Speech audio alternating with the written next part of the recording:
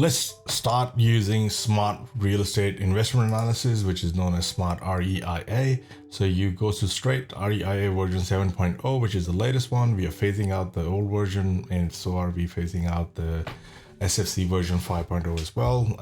We will leave it in for about 12 months and then it will all be phased out. So we've got Smart REIA version 7.0. Let's fire that up and you'll see that it will start loading on the side. So there are a few things that you need to know. This is the first time you're installing it. So save and refresh is your friend. So anything that you do, you got to press save and refresh all the time.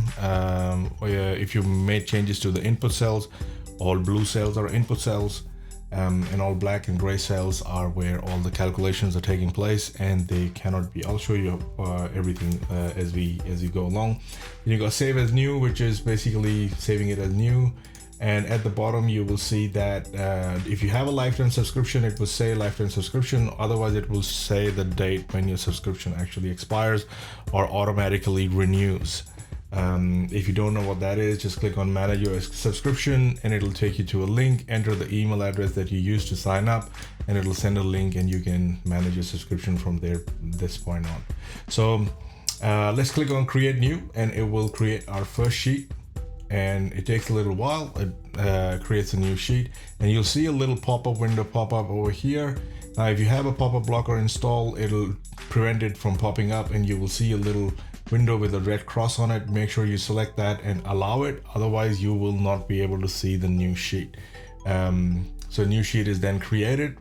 However, this sheet will not do anything until you have the sidebar open. So go in here and make sure you install Smart Real Estate Investment Analysis version 7.0. You open that up, you fire that up in the sidebar, and then your sheet is ready to work. So if you click it save as new, it will save the same sheet with the same input. Let's say you want to do an analysis on different financing options, but your main assumptions for the property that you are purchasing are exactly the same. But you might have two different options and you want to see which one's better.